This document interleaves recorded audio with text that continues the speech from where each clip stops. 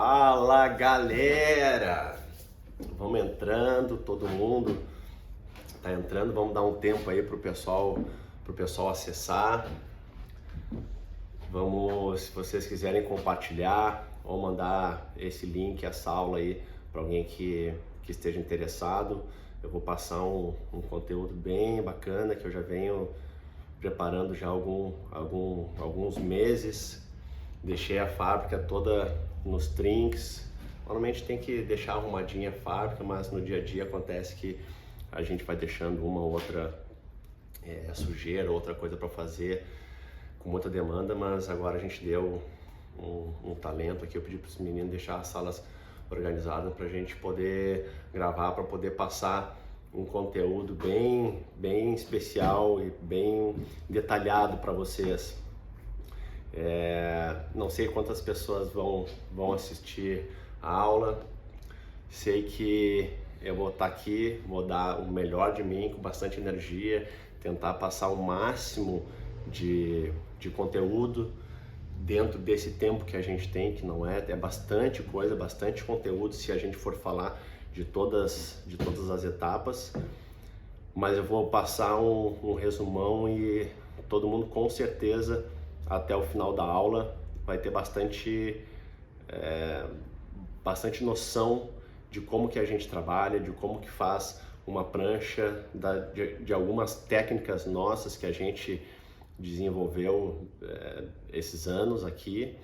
Então a gente vai passar o padrão, né, como que as pessoas em geral fazem uma prancha de surf, mas também vamos passar algumas técnicas próprias nossas. Não vou ter como falar de todas elas, porque em cada etapa a gente desenvolveu algumas coisas, mas eu vou tentar passar o máximo de conteúdo aí para vocês, tá bom?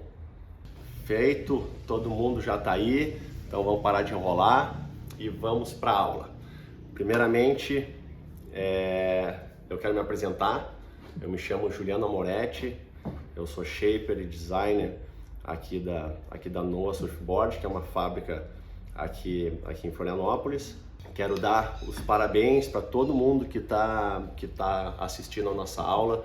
Sei que deve ter bastante fabricantes, então para todos aqueles que já são fabricantes, sejam muito bem-vindos. Shapers, laminadores, lixadores, tá? Que estão sempre buscando evoluir os seus processos. Acho que essa busca incessante atrás de conhecimento é o que nos move, é o que faz a gente evoluir em todos os âmbitos da nossa vida. Também parabéns para você que é novo, que está buscando sair do lugar, que está buscando ter um negócio próprio. E eu digo, esse negócio para mim, eu já passei por vários, é o negócio da minha vida, então quero compartilhar com vocês isso. Então, por que eu tô aqui hoje, pessoal? Eu tô aqui hoje, vocês já devem ter visto nos anúncios, eu tô aqui hoje para apresentar uma oportunidade, mas além disso aí, eu tô aqui para falar sobre o momento do surf no Brasil, no mundo. Quero falar sobre empreendedorismo, quero falar sobre a profissão do shaper e sobre os processos que engloba uma fabricação de prancha.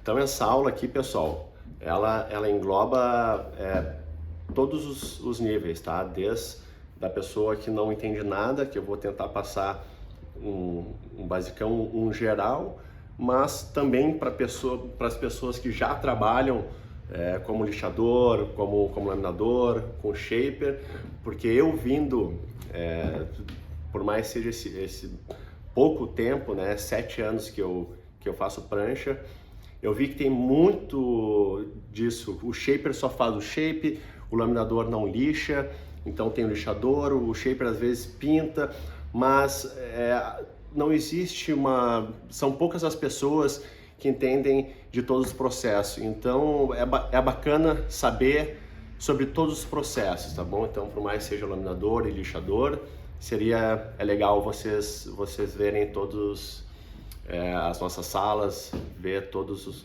os passo a passos. Inclusive porque eu vou estar compartilhando algumas técnicas que a gente já vem desenvolvendo há alguns anos aqui na Noah.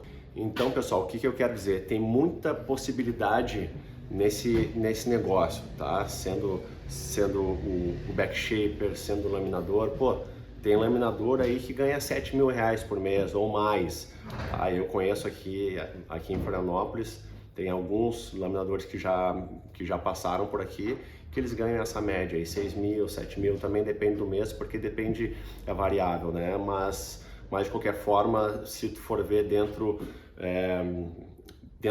do mercado, ainda é um valor bem alto a se ganhar, tá? Então, por outro lado, vocês também podem fazer todos os processos, principalmente se estão começando um negócio, tá? Isso vai possibilitar que vocês tenham um ganho a mais, não ter que pagar no início um lixador e um laminador, que às vezes fica quase 30%, 40% do valor do investimento, do capital de uma prancha, né? Então o valor de uma prancha, ela custa uns 800 reais, vocês vão gastar aí 300 reais só em mão de obra, que vocês vão estar podendo economizar se souberem fazer todos os processos.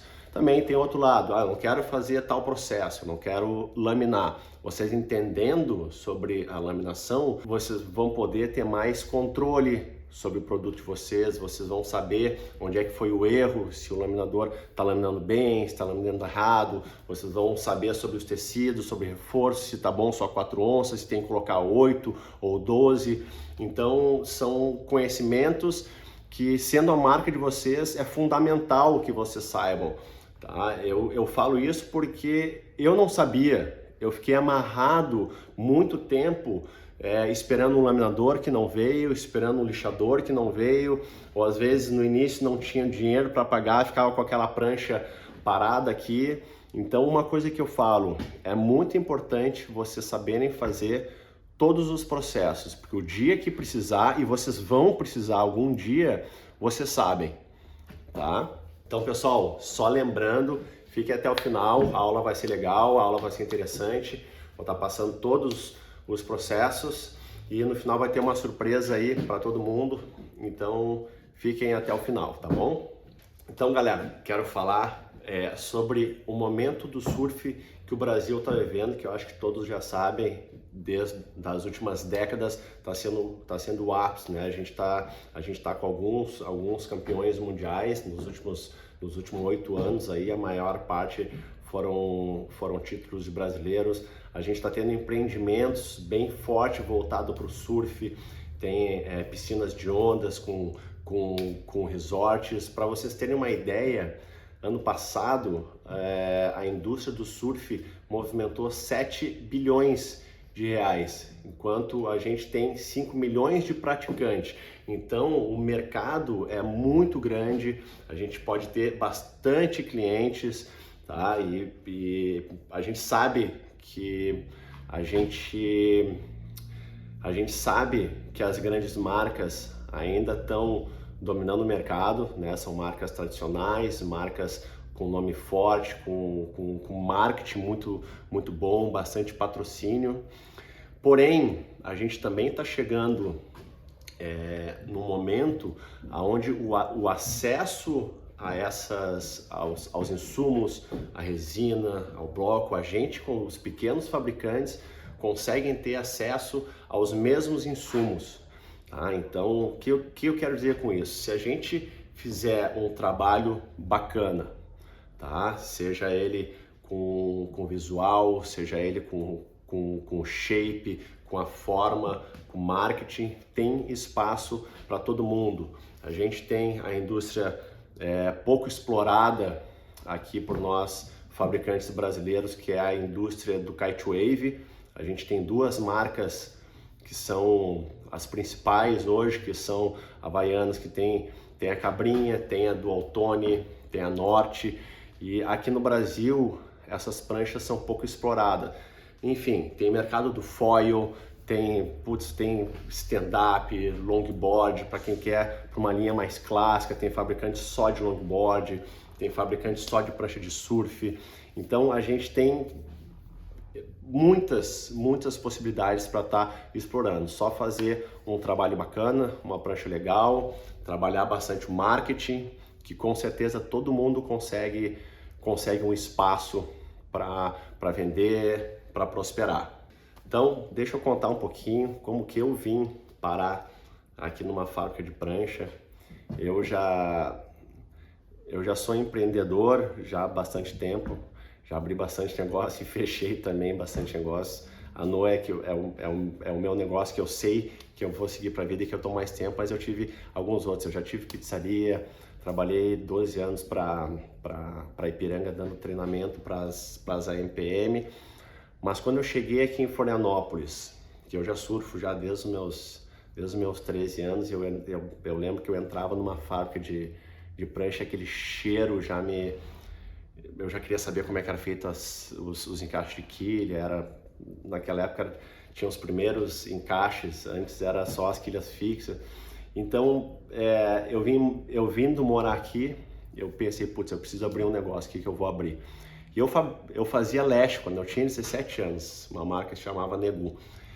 E então ficou aquele sonho meio que guardado, né? E foi em 2015 que eu comecei a shapear numa sala, numa fábrica que eu terceirizava a laminação, que eu vi que eu comecei a ficar realizado, sabe? Tava, putz, é isso, tô trabalhando o que eu quero. Então já fazem 6 anos que todas as pranchas, todos os produtos que saem, eu fico com orgulho, parece que eu fico mais feliz que os próprios clientes olhando as pranchas prontas. Então durante esses 7 anos, a gente foi aperfeiçoando as nossas técnicas. Eu via, né, naquela época já que já tinha muitos fabricantes e ficava pensando, putz, onde é que eu vou me meter, né? Eu achei que não fosse vender. Na verdade, naquela época eu nem tinha muito segmento. Eu sei que eu queria fazer prancha, que a gente fazia as pranchas normais, as branquinhas. Mas com o tempo eu fui vendo mais o meu estilo e os tipos de prancha que eu gostava de fazer. Eu comecei a usar umas linhas, comecei a abusar do preto, pelo que eu lembro, assim, talvez eu possa estar errado, mas eu não tinha nenhuma referência nacional aqui das pranchas pretas. Eu sempre usei referência gringa e eu vi que isso começou a puxar mais pro meu lado, assim, né? Eu comecei a puxar mais essa parte do polido fosco, bastante do preto, e o pessoal começou a gostar, começou a me procurar por isso, e eu comecei a ficar mais conhecido por essas pranchas. Tanto que tiveram algumas outras marcas que me procuraram por conta dessas pranchas polido fosco, né? A Volvo, a gente já fez prancha para eles, a gente faz algumas pranchas de decoração, então aí é outro segmento também que a gente pode estar buscando e abusando. E todos esses 7 anos me trouxe aonde a gente está agora, tá? Que para mim, querendo ou não, modéstia à parte, eu acho que é uma das pranchas mais bonitas que eu já vi, né? Eu, quando eu era adolescente, eu nunca tive uma prancha que a gente faz agora, né? Eu não quero ser arrogante dizendo isso, mas de fato eu acho as nossas pranchas maravilhosas. Então hoje eu posso dizer que a Noa está chegando num patamar que está já me proporcionando mais qualidade de vida, uma vida mais tranquila. Eu não estou enriquecendo por aqui, mas está bem bom. Mas eu acho que o principal disso e o que me deixa mais satisfeito é poder trabalhar com o que eu gosto, né? Isso para mim, eu já ganhei bem mais fazendo coisas que eu não gostava e era bem feliz. E eu prefiro muito mais esse meu negócio, que é o meu negócio. Estou fazendo o que eu gosto e cada vez estou prosperando mais, graças, né, a todo esse constante aprendizado e teste que a gente faz aqui, e principalmente maturidade da marca, né? É óbvio que demora um pouco para uma marca ser feita. Imagina, eu já estou há 7 anos, eu fiquei 5 anos patinando, vendo os outros fornecedores, os outros fabricantes vender, e eu não vendia, e vendia 2 pranchas, 3 pranchas, mas o que eu posso dizer é que uma hora vai, tá? E é a hora que vocês colocam a identidade de vocês na marca, no seu produto, que as pessoas que se identificam com essa identidade vão virar os clientes de vocês. Então, pessoal, resumindo isso que eu falei agora, é isso que eu quero para vocês também, que vocês também tenham um negócio próspero, que vocês se sintam extremamente realizados com aquilo que vocês fazem, que atinjam a independência financeira de vocês e que tenham um negócio lucrativo e próspero. Outra coisa que eu acho que já está acontecendo também um movimento da prancha como um bem de consumo, né? Como vocês vão numa loja hoje e compram um tênis bonito, além dele ser funcional, é porque ele é bonito. Hoje em dia, como é que acontece?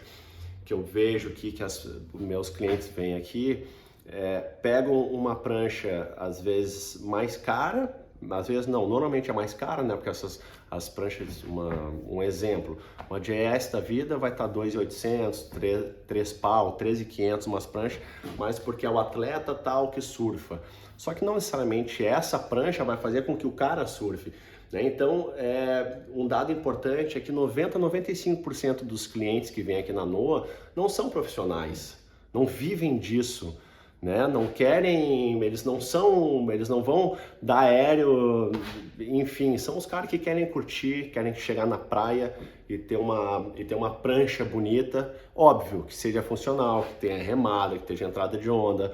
Só que isso a gente consegue hoje em dia com os desenhos, com os acessos aos meus insumos. Hoje em dia o Shape 3D nos proporciona, inclusive se a gente quiser fazer uma releitura de uma DHD, uma releitura de uma Ripto-Cripto, a gente consegue fazer, tá? Então esse movimento já está acontecendo de valorização dos pequenos fabricantes e a descentralização das vendas das grandes marcas. Então, partindo desse princípio, eu decidi compartilhar com vocês todos esses anos, todo o meu aprendizado, que não é muito, mas eu sei pelo menos todos os processos, eu estou apto a fazer, eu faço todos os processos aqui na fábrica, se for preciso, eu decidi compartilhar com vocês. Então agora eu vou começar falando sobre cada uma das nossas salas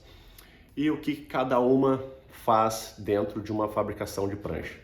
Então, galera, é isso. Para quem já é fabricante, talvez seja um pouco repetitivo, mas sempre tem um ou outro ponto que pode aprender. E para quem é iniciante, tenho certeza que vocês vão achar muito bom, porque eu não tive isso quando eu estava começando, tá bom? Então, pessoal, vamos ao que interessa. Quero começar passando alguns princípios básicos de hidrodinâmica e depois a gente vai para o acabamento de pré-shape, depois a gente segue todos os processos da sala por ordem cronológica da prancha. Eu tenho um bloco aqui, essa prancha ela é uma prancha de kite wave, mas ela serve para estar ilustrando todos as linhas que pelo menos que eu quero mostrar. Primeira coisa que eu quero falar todas as linhas são inversamente proporcionais, tá? O que eu quero dizer com isso? Quando a gente aguça para um lado da projeção, a gente vai estar perdendo na manobrabilidade. Quando a gente deixa a prancha mais manobrável, a gente perde projeção. Isso é inevitável.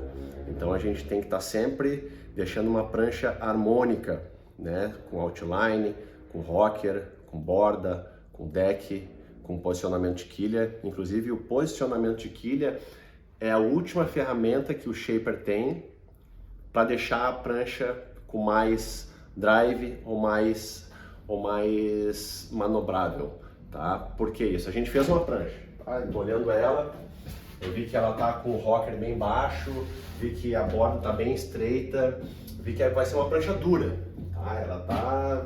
Ela vai ser dura, ela não vai ser muito manobrável. Com o tempo a gente vai começar a sentir isso. A gente tem um recurso de posicionamento de quilha, que eu vou explicar depois como é que a gente deixa mais solta, como é que a gente deixa ela com mais projeção. Mas vamos ao primeiro ponto que eu quero colocar, o outline. O outline é essa curva que vocês estão vendo aqui, é a curva da prancha. Então, a prancha, quanto mais arredondado for o outline, mais manobrável ela vai ser, porém com menos projeção. Quanto mais estreita, com linhas paralelas a gente tiver, mais projeção e menos manobrável, mais dura. tá? Outro ponto, o rocker. O que é o rocker? O rocker é a curvatura da prancha. Então, tem a curva da tail, né, da rabeta, e o nose rocker, que é a curva do bico. Quanto mais rocker eu colocar, quanto mais curva eu colocar, mais solta e menos veloz. Quanto mais plana, quanto as pranchas low rocker, elas são bem velozes, porém menos manobrável. O que acontece? Quando a prancha está desenvolvendo, vamos exagerar para a gente conseguir visualizar. Eu acho que sempre que a gente exagera uma curva, a gente consegue ter mais noção. Imagina uma prancha que seja um U, tá? Ou uma que seja reta, igual uma flecha. A gente já consegue, é verdade, ela é reta igual uma flecha, a gente consegue ver que ela vai, né, ela vai se aderir a toda a superfície da onda, sem nenhum rebatimento da água, porque sempre que a água rebate, tá, a água vem assim, nesse sentido. Então, se a gente tem muita curva, vai ter muita água desviando o caminho dela. Isso faz com que ela consiga mudar de posição. Quando não tem, quando segue um fluxo contínuo, a ideia é que ela deslize mais, tá? Então acho que fica mais visível se a gente exagerar. Outro ponto, as rabetas, tá? Eu vou botar a rabeta para cá. Essa aqui é uma variação da Squash, tá? Uma Diamond. Essa rabeta que a gente fez para as pranchas da Volvo. E eu achei ela bem bonita, e na verdade essa aqui ela tá mais puxando para um lado do visual dela do que propriamente funcional. Ela é bem versátil, igual uma Squash, que a Squash ela é sinônimo de versatilidade, tá? Ela é uma rabeta tanto que se sustenta bastante em cima da água, ela se adapta melhor a diversas condições. Vamos falar sobre as características de cada rabeta. Então a rabeta Squash, a gente tem mais versatilidade. É a rabeta mais, digamos assim, universal, né? Quando a gente, claro que é determinados para determinados tipos de onda, mas a Squash é uma que se adapta a diversas condições. A Swallow, né? Vamos colocar aqui, ó. A Swallow não tem essa parte, ela é tipo, aqui ela tem uma entrada, tá? E a gente tira esse volume. O que o pessoal, todo mundo já deve saber sobre a rabeta Swallow? Ela tem queda de linha, deixa a prancha mais solta. Mas por que ela deixa a prancha mais solta? Quando a gente tira esse nosso volume, a gente também tira a sustentação da rabeta. Então a gente está surfando, o pé da frente e o pé de trás. Quando a gente dá o comando, a gente pisa no pé de trás para dar o comando para trocar a borda, como a gente tirou a sustentação, a prancha entra mais na água. E como ela entra, ela já obedece o comando mais facilmente e dá essa quebra de linha. Diferente de uma rabeta round, que colocou mais volume aqui, né? Então a rabeta round, uma round pin, ela deixa com surf mais de linha, porque não permite curvas mais rápidas, mais radicais, tá? É um surf um pouco diferente, mas que dá também estabilidade. Já a rabeta Swallow, como não tem esse volume, tira a estabilidade. Então vocês percebam que é tudo inversamente proporcional. A gente está sempre tirando ou colocando alguma coisa. Não existe uma prancha que tenha tudo. A gente vai ter que estar fazendo uma coisa harmônica, seja na rabeta, seja com rocker, seja com outline.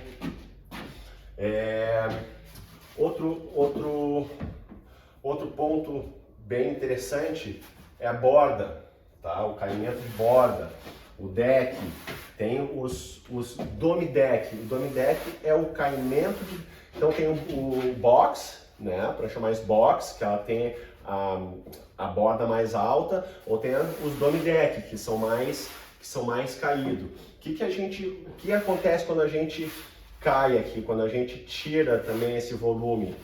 A gente está tirando a sustentação da borda com a superfície da água. Quanto maior for a borda, ela não consegue entrar, fica uma prancha mais dura, mas também estável, né? Ela responde com mais lentidão ao comando do surfista. Se a gente tira a borda, a gente faz uma prancha mais arisca. Por que fica arisca? Porque a gente pisa e a rabeta afunda. Como ela afunda, também ela já muda de direção, ela obedece mais rápido. Tá? Isso também trabalha junto com o nosso fundo, o bottom, que também a gente trabalha com single concave, né? O que é um single concave? A gente tira essa parte para criar um único fluxo de água. Então o single concave, ele fica tipo, se for ver, ele abraça, ele desce as bordas como se quisesse abraçar a água, tá? Para criar um fluxo contínuo. O V-bottom, normalmente é usado em pranchas pequenas de performance. No bico, a gente coloca um V-bottom. O que é o V-bottom? É o contrário do concave. Então, se o concave nos dá a projeção, o V-bottom nos dá a troca de borda. Imagina se fosse essa prancha toda de V-bottom, tá? Ela fosse assim, ó, a longarina mais alta do que as bordas. Se a gente colocasse ela na água, se a longarina estivesse aqui para baixo, o que iria acontecer? Ela iria já ficar automaticamente assim, né? Porque a gente tem dois canais. Então ela iria ficar alternando e dividindo o canal e não criando um único canal. Então ela deixa a prancha mais solta. No caso aqui no bico, o que a gente faz com isso é para que não entre na água. Quando a gente for dar uma cavada, dar um bottom turn, não é para o bico, para entrar de bico na superfície da água. Tem outro fundo, que é o double concave. Então, ao invés de um único concave, a gente cria dois doubles. Então, ele vem duas ondulações, dois concaves. Para que é isso? Também para criar um fluxo de água, mas não dois fluxos de água, que alternando entre eles, a gente também consegue ter um equilíbrio entre projeção e manobrabilidade. Então, uma prancha double concave, ela fica mais solta, é mais fácil trocar de borda do que uma single concave. Tá? Então, existem combinações desse V-bottom, de concave, de double concave. Um exemplo, a gente faz fanboard, faz longboard. Olha que doido a diferença dessas pranchas, né? Se a gente não souber trabalhar o fundo. Numa prancha de performance, a gente usa single concave, double concave, sempre na parte de trás, que é onde a gente quer dar o drive. E no bico a gente coloca um V-bottom, porque a gente não quer que ou flat, que a gente não quer que a prancha entre de borda. Porém, no fanboard, como o rocker do fanboard, o longboard, é muito baixo, a prancha já é um barco, já tem bastante projeção, a gente tem que deixar ela solta, porque ela já, se colocar um concave na rabeta, a gente não vai nem colocar para a parede, que ela vai reta, ela já é uma prancha dura pelo seu tamanho. O que a gente faz? Pega aquele V-bottom e coloca na rabeta. Então os nossos longs, nosso fanboard de performance, a gente vem com o V-bottom, fica flat e fica um concave no bico. Por que a gente quer um concave no bico do longboard? Um V-bottom a gente sabe, porque a gente quer colocar para a parede. Só que porque um concave, quando a gente caminhar em cima da prancha e colocar o peso em cima do bico, ou no centro, a gente não quer que a prancha saia, porque não tem quilha. Então a gente coloca um concave no bico para poder dar a sustentação na parede que não tem a quilha. Então a gente trabalha dessa forma, com o V-bottom atrás, e eu fiz snowboard para mim, fiz long, e é uma delícia poder surfar com uma prancha leve, com bastante volume, com uma entrada de onda boa para dia de meio metrinho, a gente tem uma diversão e uma diversão que a gente consiga manobrá-la bastante, tá? Então a gente sempre tem que estar pensando nas equações e fazendo testes para que a gente chegue num produto que a gente goste, tá? Então, de hidrodinâmica que eu queria passar é basicamente isso, tem muito mais isso aqui, é papo para a gente falar durante horas, tá? E o que eu tô falando não é o correto. Estou dizendo o que é certo, o que não é certo. Estou colocando a minha sensação que eu tenho fazendo as pranchas e testando e recebendo feedback. A gente já teve atletas, mas vai ter shaper que vai falar, não, cara, eu não acho que o free bottom seja isso, eu não acho que o double concave vai te dar a troca de bola. Eu estou dizendo, deixando bem claro, eu estou dizendo o que eu sinto e o que eu acho e como a gente trabalha, tá? Provavelmente vocês vão ter a intuição de vocês, mas basicamente isso aí. Tá bom? Passando essa parte do shape, eu quero mostrar como é que a gente finaliza um shape. A gente não faz, aqui na NOA, não fazemos hand shape. Desde que a gente começou, a gente eu desenho elas no computador, gosto bastante de trabalhar, de desenhar, de criar. Às vezes eu passo madrugadas, pensei em tal desenho, ou olho uma publicação e tento fazer uma coisa parecida e tal. Então, desde que a gente começou, nós mandamos usinar os blocos. Tá? Eu desenho no computador, que para mim, é o futuro, né? Tanto que começou sendo hand shape. Existe muitas pessoas que fazem hand shape, respeito e admiro, e acho que tem muitos, eu tenho grandes amigos que fazem uns foguetes, mas a gente aqui faz no computador. Por que eu prefiro o computador? Eu consigo replicar uma mesma prancha, tá? Não que ela vai ficar exatamente igual, porque é um processo artesanal, né, que demanda bastante pessoas, bastante furo, isso, aquilo, bastante precisão.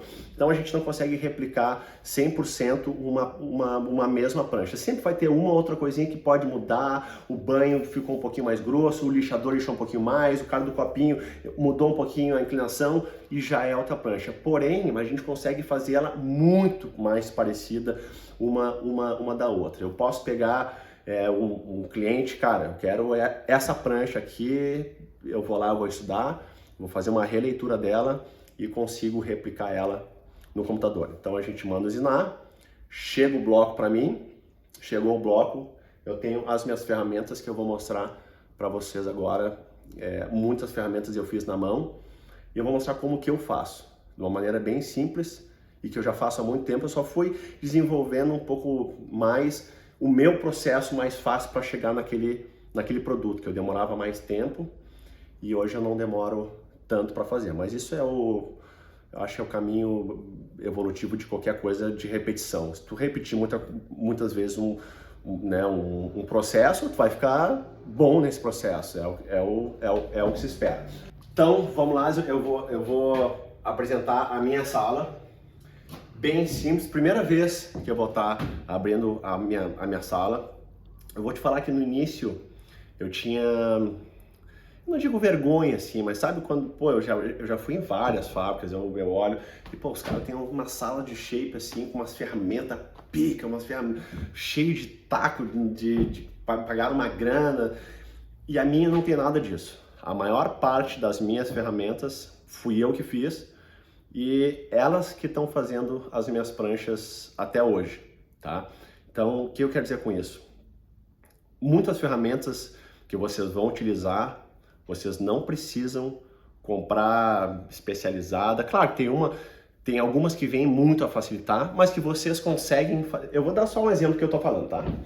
Existe para fazer rabeta suave, tá? A gente pega, vou dar um exemplo, bem, vocês vão entender. Pegou a rabeta, tem tipo um ralador redondinho que a gente corta e vem com esse raladorzinho que ele custa R$300. para fazer bem a emenda, porque é difícil, não é uma rabeta assim, é uma rabeta que tem que meter a serra, que o disco não faz, é a única rabeta que ela requer mais trabalho. E tem essa ferramenta que é muito útil, olha a ferramenta que eu fiz. Essa é a minha ferramenta de fazer swallow.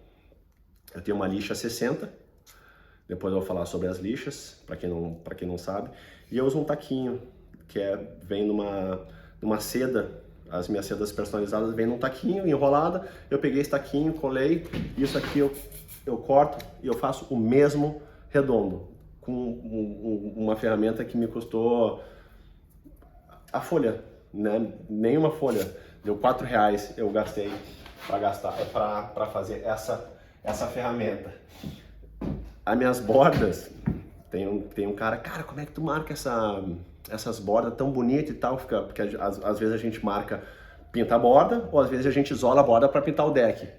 Essa é a minha ferramenta para fazer borda. É um pedaço de PU com uma fita. Isso aqui é sobra e é uma ferramenta extremamente útil, muito útil. Outro exemplo. Meu primeiro taquinho foi esse. Eu peguei uma madeira, uma madeira qualquer, e grudei, colei aqui do lado uma scotch para deixar mais mole, tá? Então eu ainda uso isso aqui, tá? Para fazer, por exemplo, essa rabeta aqui, ó, que eu não posso que seja, eu não quero que seja macio, eu quero que seja bem flat, duro. Eu uso esse taquinho que eu fiz há 6 anos atrás, tá? Para fazer a rabeta.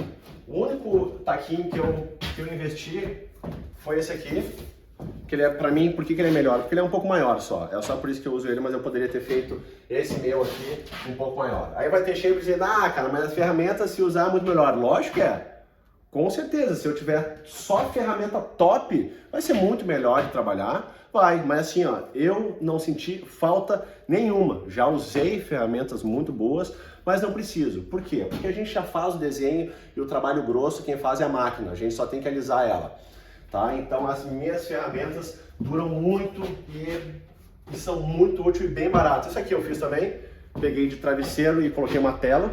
Essas telas aqui, ó, são essas mesmas telas que se compra em produtos né, para fabricação, e eu só colei. E para que serve essa tela?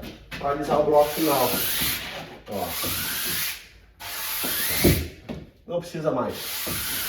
Tem tela própria? Tem. Quer comprar? Compra. Precisa? Não. Tá? Com isso aqui eu faço todo o trabalho que precisa. O que eu tenho mais também, que eu uso bastante? Hoje em dia, como tá tendo mais pranchas para shapear, para eu não ficar na esfregação, eu comprei um pad. Esse é macio. Esse sim me custou R$90. Eu coloco uma lixa 220 e venho hoje em dia com uma lixadeira, só para facilitar o trabalho quando tem bastante shape. Senão eu não uso isso aqui, eu vou no taquinho. Mas vamos lá. Como é que chegou o bloco? Esse aqui ele já tá finalizado, tá? Mas vamos dizer que eu não tenho, não, esse aqui também tá finalizado. Eu não tenho agora nenhum para mostrar como é que ele vem, mas ele vem cheio de ruffles, e umas que o próprio disco, quando vai passando, ele vai criando marcas arredondadas. Então isso aí é chamado de ruffle. O que eu faço? Primeira coisa, rabeta e bico. Pego, já marco a minha rabeta, porque ela vem meio grosseira. Eu já faço a minha rabeta, faço o meu bico, tenho o meu outline. Primeira coisa, outline. Como é feito também no handshape. Primeira coisa, tu faz a marcação de outline, faz as réguas. Depois, com o tempo, vocês podem fazer os gabaritos de outline. Tá? Tem de bico, tem de... Olha só essa aqui, ó, que eu acho linda. É uma round, olha como é que ela tá. Ela tá num papelão, isso aqui é um papelão que compra R$20, um negócio gigante.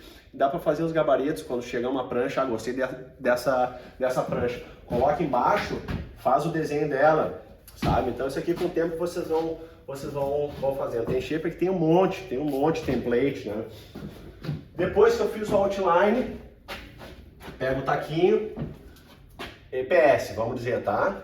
Primeiro o EPS. Na verdade, os dois é parecidos, tem algumas diferenças entre PU e EPS. O que é PU e EPS? Só para esclarecer para quem não sabe. EPS é a sigla de poliestireno expandido, tá? Que é o isopor. Então a gente faz tanto o bloco de isopor quanto o bloco de PU. O bloco de isopor ele é um pouco, para mim, tá, mais chatinho de trabalhar do que o PU. O PU a gente consegue dar um acabamento numa lixa 80, 150 e a tela. Já o EPS eu tenho que passar uma 80, 150 e uma 220, porque ela tem mais célula. A célula ela é maior, mas célula não, a célula é maior, não tem mais célula. É maior a célula, então ela fica aparente. Esse aqui é um microcélula, até consegue ficar mais parecido com PU, né? Porque ele é bem melhor esse bloco do que um T5, T7. Porém, eu ainda tenho que fazer um acabamento no 220. Então eu venho com a 80, pum, esfrego o lado, né? Esfrego o deck, venho no bottom, esfregação no bottom, até tirar as estrias. Só que dá pra ver que ficou os arranhões da 80. Eu já faço a linha do edge, já no primeiro, já começo a marcar, esfrego mais essa parte para dar o caimento. O que é o edge? O edge também é o que vai nos dar a propulsão traseira da prancha, né? A hora que a prancha coloca na parede, tu coloca para ela ir pro lado, se não tivesse esse edge, o edge é o que agarra na superfície da onda e te toca para frente, por isso a gente coloca na parte traseira. Então eu começo a tirar só mais aqui na parte onde eu não quero o edge, eu tenho que deixar uma borda mais arredondada. Enquanto aqui no edge eu tenho que deixar ela bem, enfim, daí eu já vou tirando já essa parte já na 80, que antes eu não tirava. Antes eu vinha telando ela, só que a tela é por último, eu não tinha me ligado nisso. Então, pum, 80. A longarina ficou alta, porque o bloco sai mais do que a longarina. Aí eu venho com essa ferramenta que tem que comprar o ratinho, uma planinha, tá? E aí com essa parte eu venho e desbasto a longarina nos dois lados. De novo eu faço o deck com a 150. Para quem não sabe, vou só explicar. 80, ela é uma lixa que ela é mais grossa. Quanto menor o número, mais grosso é o grão, então tira mais material. Então tirei mais material com 80, só para tirar aquele grosso inicial. Aí eu venho alisando. A 150 a gente já vê que ela começa a tomar forma. Coloco 150, deck, 150 fundo, 150 rails, borda. Mesma coisa, tira a longarina e se fosse PU eu já viria com aquela tela e já iria alisar. O EPS eu venho com a 220 e aliso com a 220. Depois, a única diferença, por isso que eu tenho tanto umas lixinhas cortadas 220 como tela. Aqui eu fiz uma enquete ali, inclusive, e perguntei, teve uma galera que falou que usava no EPS a tela. Eu não uso, porque a minha experiência que eu tive com as telas era que quando eu passava a tela, arrancava um pouco do bloco. Não no PU, no EPS. O que eu fiz? Comecei a usar a lixa. Cortei a lixa, o que eu faço? Passo a lixa. E ela trabalha muito bem. E sempre façam um movimento. Não fiquem vindo. Senão a gente pode criar imperfeição na prancha. A gente tem que fazer o máximo possível, rabeta a bico, para ficar uma linha só, tá? E depois pronto. O que a gente vai fazer depois? Marcação de quilha. Depois que a gente shapeou ela toda, a gente vem para a marcação de quilha. Como é que eu faço a marcação que eu tinha comentado? Vamos dizer que essa prancha, ela ficou, eu vi que, putz, botei bastante rocker, a borda está bem baixa, eu vou deixar ela um pouco mais presa. Como é que a gente deixa ela mais presa? Vamos dar um exemplo de uma tequilha. Aqui existem algumas medidas padrões que os clientes, que os shapers usam, que é de 3,5 a 4 polegadas, ou 4,5, 5, dependendo do longboard, mais. Mas essa quilha, quanto mais para trás a gente colocar, mais presa a gente vai deixar a prancha, porém com mais velocidade. Quanto mais para frente, menos velocidade, só que mais manobrável.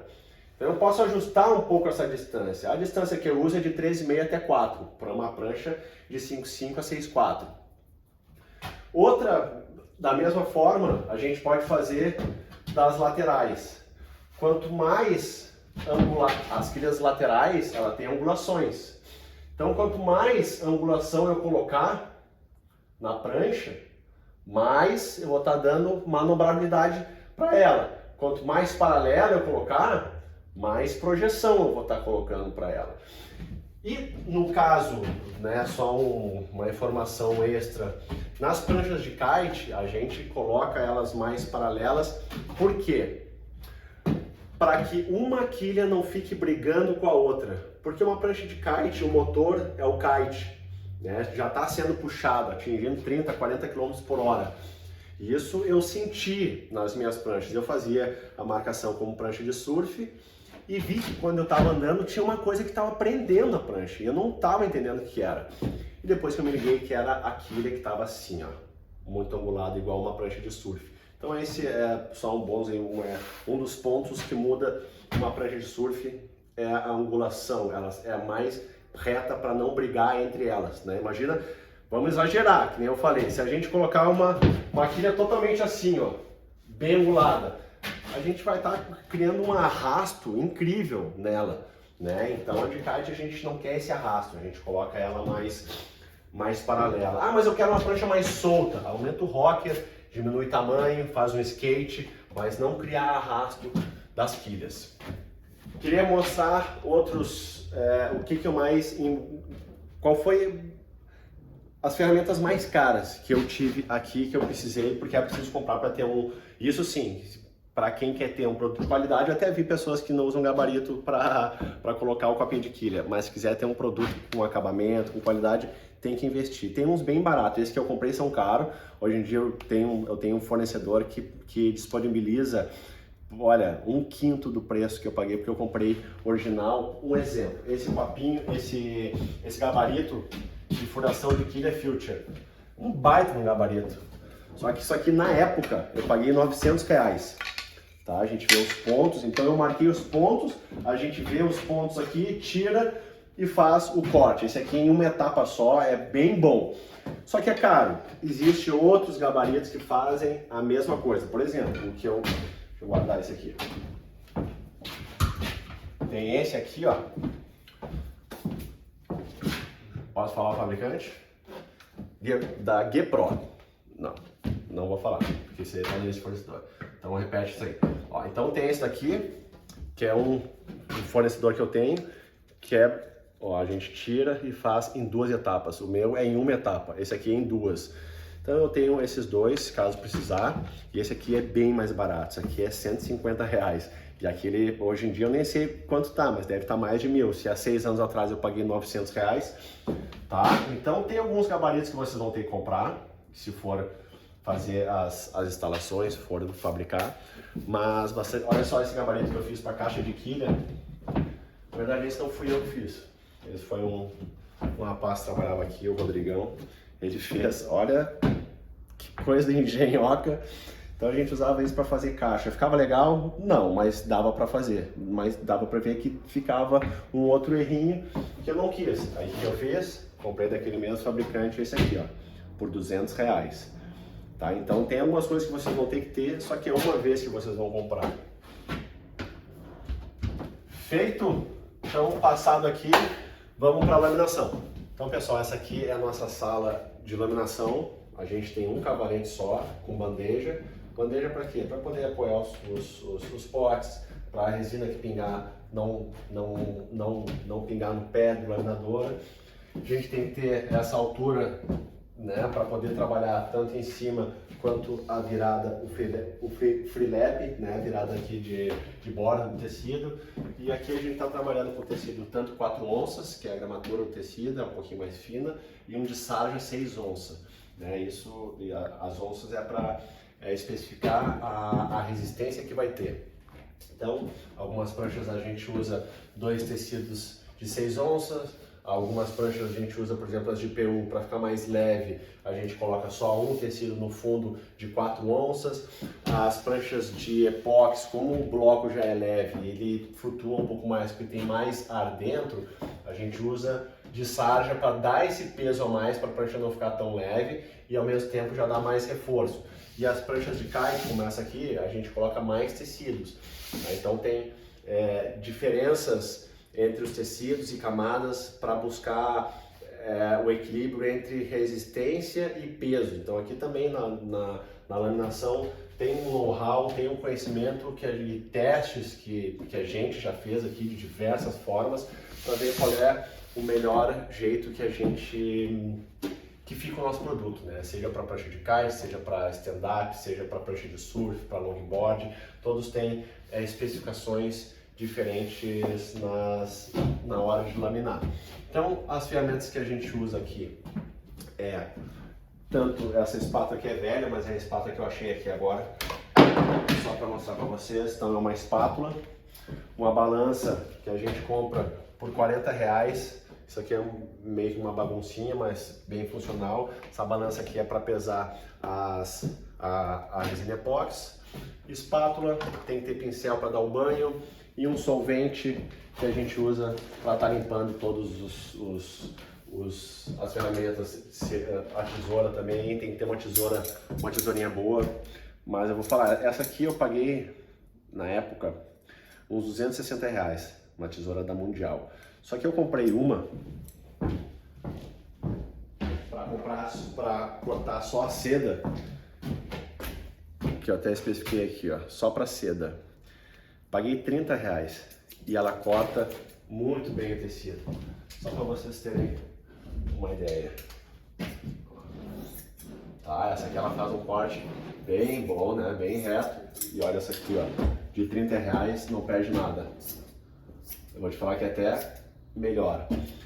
Então, às vezes o cara compra algo que parece mais caro e melhor. A única diferença que eu acho que é o tamanho, que ela é um pouquinho maior, ela corta maior extensão em cada corte, né, para fazer. Eu uso essa aqui para cortar os tecidos e uso essa para cortar essas sedas personalizadas, que ela é mais fininha e essa tesoura não corta e essa corta muito bem. Então essa tesoura foi a nova aquisição que eu tive agora essa semana, foi 30 pila e foi bem bom. Tá? Para laminação, como é que a gente faz? Então a gente pega o tecido, é legal que tenha um apoio para poder puxar o tecido, coloca em cima da prancha, corta na lateral, espalha a resina com a espátula até embeber bem no tecido. E aí tem algumas técnicas de molhar o freelap, que é ou virando ele para cima ou deixando ele embaixo. Eu aqui dá para ver pela bancada que eu uso colocando para cima. Esse é um detalhe que talvez não vai ser visto em muitas laminações. Olha o que está a minha bandeja, ela está limpa. Eu já laminei algumas pranchas e ó, não tem nada de resina. O que eu gasto de resina, o meu desperdício é muito pouco. Com essa... Foi um laminador que passou por aqui que me ensinou essa técnica de virar para cima e não soltar a resina para baixo, vai pingando, como todo mundo fazia aqui. Comecei a economizar um monte de resina. Ao invés de fazer com 300 gramas, eu faço às vezes com menos gramas de resina e economizo na resina epóxi, que é uma resina caríssima, que a gente paga aí R$180. Tem alguns fornecedores que comprar em quantidade consegue por R$100, R$90. Mas em geral é uma resina bem cara, diferente da poliéster, que é R$20 o quilo. Tá? E é basicamente isso o processo da laminação aqui. Vamos para a sala de pintura. Tá? Então essa aqui é a nossa sala, onde a gente faz arte. Dá para ver que ela é bem pintada. Se quiser colocar um painel para fazer os testes de jato, de quantidade, de pressão do ar, do leque, é legal ter uma parede para fazer os testes. E aqui a principal ferramenta que a gente tem é essa pistola. Porém, nem todas as artes são feitas com isso e nem precisa. Tá? Para que basicamente a gente utiliza mais ela? Quando a gente quer fechar uma área maior ou quando quer fazer um degradê, aí a gente usa a pistola. Apesar de quando a gente quer fazer uma área maior no EPS, a gente pode vir com rolinho, a gente pode vir com uma esponja, embebendo a tinta e pintar, a gente pode vir com pincel, dá para vir como quiser, que na verdade aqui a gente tem uma tela branca e a gente vai colocar uma arte, pode ser com caneta posca, pode ser, enfim, com diversas técnicas é utilizada para chegar num determinado resultado de prancha. Depende do projeto que a gente tem, a gente vai ver qual é a melhor técnica para chegar naquele objetivo, tá? Mas a nossa sala é bem simples, tem um cavalete que tem que ser menor para poder pintar as bordas, então ele não é tão largo igual de shape de lixa. Eu tenho uma prateleira aqui que eu fiz, então aqui tem os meus os verniz. Aqui, tinta à base d'água, acrílica, que é o que a gente usa em EPS, e tinta à base de solvente, laca, ou tem tinta de poliéster também, que é para as pranchas de PU ou para fazer as pinturas por fora. Aí a gente tem que usar laca ou poliéster com verniz, também tem diversas tintas e técnicas para fazer numa prancha. Então dá para fazer aquele efeito pigmentado também, não só na laminação, mas também na pintura, e isso foi uma técnica que a gente veio desenvolvendo aqui na Noah também. A gente consegue fazer superfícies sólidas com superfícies com efeito pigmentado. Daí a pessoa, putz, como é que ele fez essa resina pigmentada? Mas na verdade não foi na resina, foi na tinta, né? Então, eu acho que aqui o céu é o limite, na verdade. Vocês podem fazer o que vocês quiserem, do jeito que vocês quiserem. Pode ser feito com a personalização, pode vir através de uma seda personalizada, que o cliente manda uma foto ou sei lá, uma arte, imprime e lamina com essa arte, que eu tenho fornecedor também. Enfim, aqui também a gente usa, como é a única sala que sobrou, eu tenho uma pequena estufa com duas posições e eu coloco um aquecedorzinho de ar para secar uma tinta que for à base da água, para secar uma laminação, um copinho de ar frio para esquentar a resina. Eu uso uma estufinha. Normalmente as pessoas que trabalham mais no norte, nordeste, mais centro-oeste, que é mais seco, não precisa tanto, mas a gente aqui em Florianópolis, nosso inverno é bem frio, então as resinas, principalmente a epóxi demora para secar, a tinta à base d'água demora para secar em dia úmido. Eu utilizo aquela estufinha, mas é uma estrutura bem simples. Aqui eu tenho uma mesinha que eu faço as minhas misturas e é isso. A pintura é isso. Chegamos na nossa sala de lixa. Esse é, para mim, um dos processos que eu tinha mais medo antes de fazer. Por que eu tinha medo? Porque tem tanta dedicação na prancha, no desenho, no pré-shape, na pintura, colocação de copinho, laminação. E aqui é um processo que, se a gente não cuidar ou não tiver conhecimento, nem muita experiência, a gente pode acabar com a prancha, né? Aqui é utilizado uma lixadeira. Então, isso aqui, se a gente colocar por um pouquinho mais de tempo ou se deixar numa área e não passar, a gente vai comer a prancha, tá? Mas também é aqui que elas começam a tomar a forma que a gente gosta de ver. Por exemplo, essa prancha aqui é uma polida e fosca nossa, tá? Ó, então é aqui que a gente começa a ver o polimento dela, aqui que a gente começa a fazer uma borda mais bonitinha.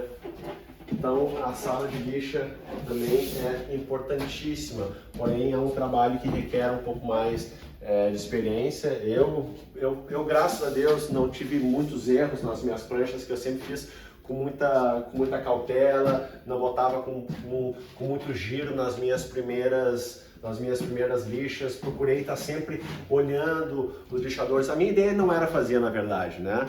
Mas eu precisei fazer por necessidade, e hoje eu agradeço o meu lixador por não ter vindo, o meu laminador por não ter vindo, que isso me fez sair da minha zona de conforto, sair de só estar olhando e pum, colocar a mão na massa. Foi a melhor coisa que eu fiz, foi aprender todos os processos, e hoje eu sei lixar uma prancha, eu sei polir uma prancha.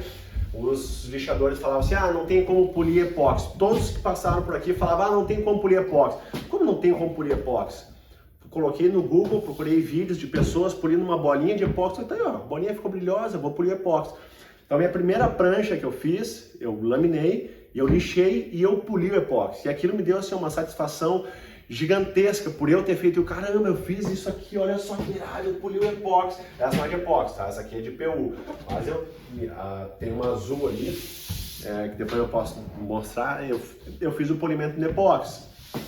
Tá? Então é muito importante que vocês saibam, mas eu não quero lixar, não tem problema. Mas lixa uma prancha, duas pranchas, vocês vão... Eu acho que é uma habilidade que pode acrescentar nas outras áreas, tá? Então é basicamente isso. A nossa sala de lixa também tem luz lateral, para a gente poder ver os detalhes da prancha, né? Ver ondulações, ver onde é que a gente não lixou, ver onde é que tá brilhoso, que a gente tem que fosquear. Tem a luz de cima também, se eu quiser olhar de cima, ver onde é que tá brilhoso, ver onde é que não tá.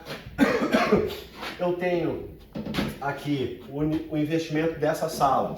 Os cavaletes eu fiz, tá? Esse tem que ser um cavalete um pouquinho mais robusto, porque aqui a gente senta o peso da lixadeira. Coloquei aqui um suportezinho para minha lixadeira não cair. E tem os pads, tem o pad macio, que é esse aqui, aliás, médio, o macio e o duro, que é esse aqui. Então a gente vai usar em diferentes etapas do processo, com lixa seja 60, para nivelar para dar o hot coat, enfim, depois o macio para começar o acabamento, depois ainda tem uma boininha para a gente fazer o polimento, tá? Então é basicamente isso, é uma lixadeira, os pads e a lixa e um pezinho que eu mesmo fiz com perfil de mental, cheio de terra dentro, envolvido por uma meia macio. Então esse aqui tá um peso que eu faço. Coloco de um lado a prancha para lixar esse, porque como a rotação da lixadeira começa a puxar para um lado, às vezes praticamente vai estar aqui e bum, a prancha vem para cá ou vai para lá. Então eu sempre coloco um pezinho para estar estabilizando e deixando ela no lugar para nenhuma prancha voar para as paredes. Tá bom? Então essa é a última sala, a sala de lixa.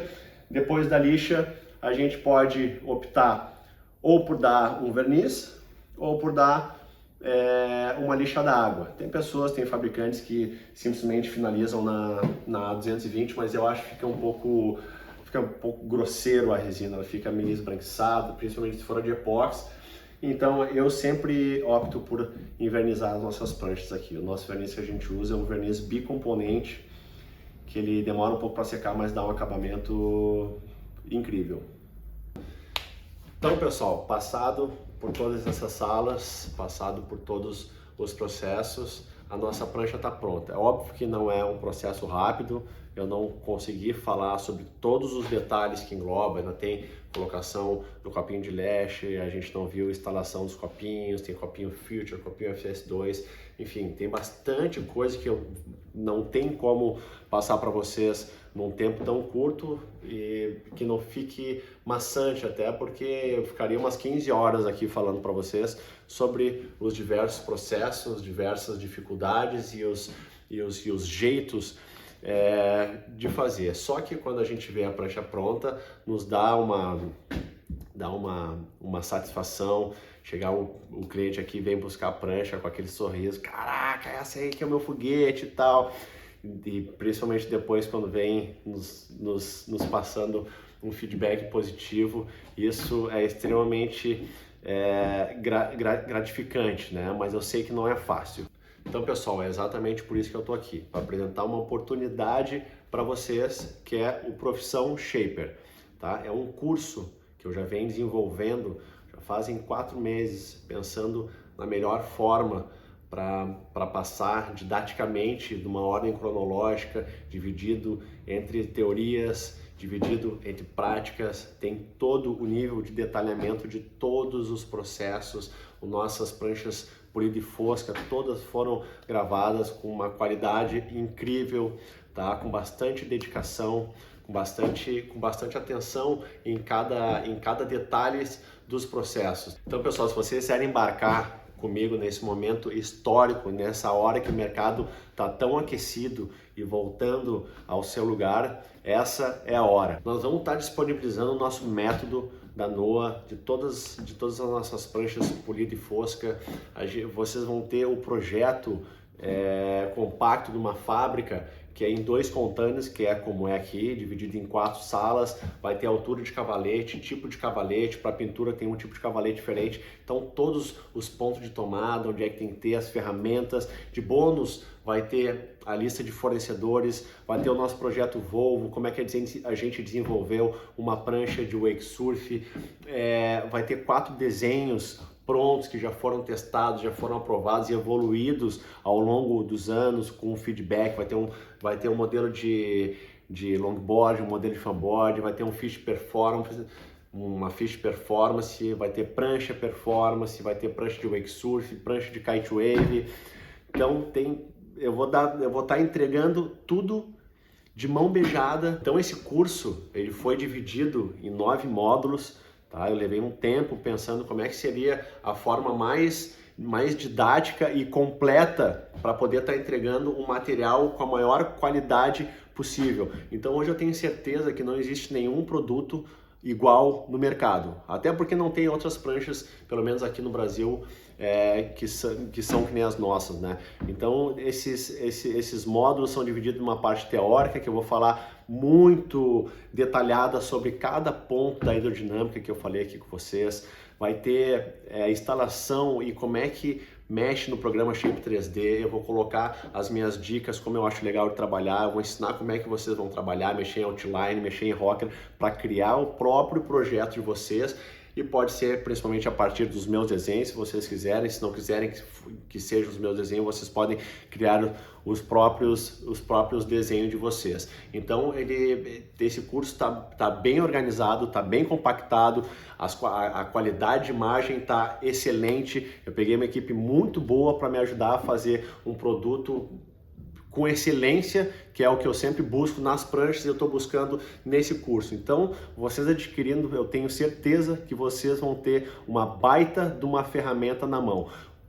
Volto a frisar, se vocês não querem fazer todos os processos, não tem problema, mas isso aí é uma ferramenta para vocês estar acompanhando os processos da fábrica de vocês, comparando com o que vocês já fazem, ou simplesmente, se quiser seguir como a gente faz, vocês vão estar aptos a fazer as nossas pranchas. Eu vou estar dando tudo compacto, como se fosse uma consultoria, eu vou estar entregando tudo para vocês, com lista de fornecedores, com projeto, com altura, com o know-how, principalmente o know-how, tá? Que isso eu levei, foram 7 anos que eu pesquisei muito, que eu peguei muita informação de todo mundo que passou por aqui, eu tô dando de mão beijada todas essas informações. São 10 horas de gravação que vocês vão poder estar tendo toda essa captação de conhecimento, pelo menos o conhecimento que a gente criou aqui na NOA. E para finalizar, a gente vai dar, que é praticamente o meu bebê, foi por isso que a gente começou a crescer, que é o nosso método de como a gente faz as pranchas polido e fosco, efeito pigmentado, tá? Que tá bem interessante o material. E se vocês forem pensar, esse investimento em uma prancha, vocês já vão tirar o investimento de todo o know-how que tem aqui, tá? Para vocês terem uma ideia, eu paguei um curso de Shape 3D, bem básico, e de pré-shape, e já gastei 1.200 na época, tá? Que não tinha curso, eu fiz um presencial, só que o conhecimento se limitou por aí. Aqui eu estou dando a lixa, o polimento, as nossas técnicas, o meu desenho, o projeto 3D. Eu estou dando tudo por um investimento que uma prancha vocês já vão tirar o investimento dela, tá? Então é um produto que eu tenho orgulho de falar que vale muito a pena. Não é porque é meu, mas porque a gente sabe o conhecimento, os anos que eu trabalhei aprendendo para poder passar de uma maneira com excelência para vocês. Então, pessoal, se vocês quiserem sair na frente agora, aproveitar para comprar agora, eu já vou deixar o link aqui embaixo. Aproveitem, porque realmente está muito barato e eu espero ver vocês dentro do Profissão Shaper. Valeu, galera, uma boa noite.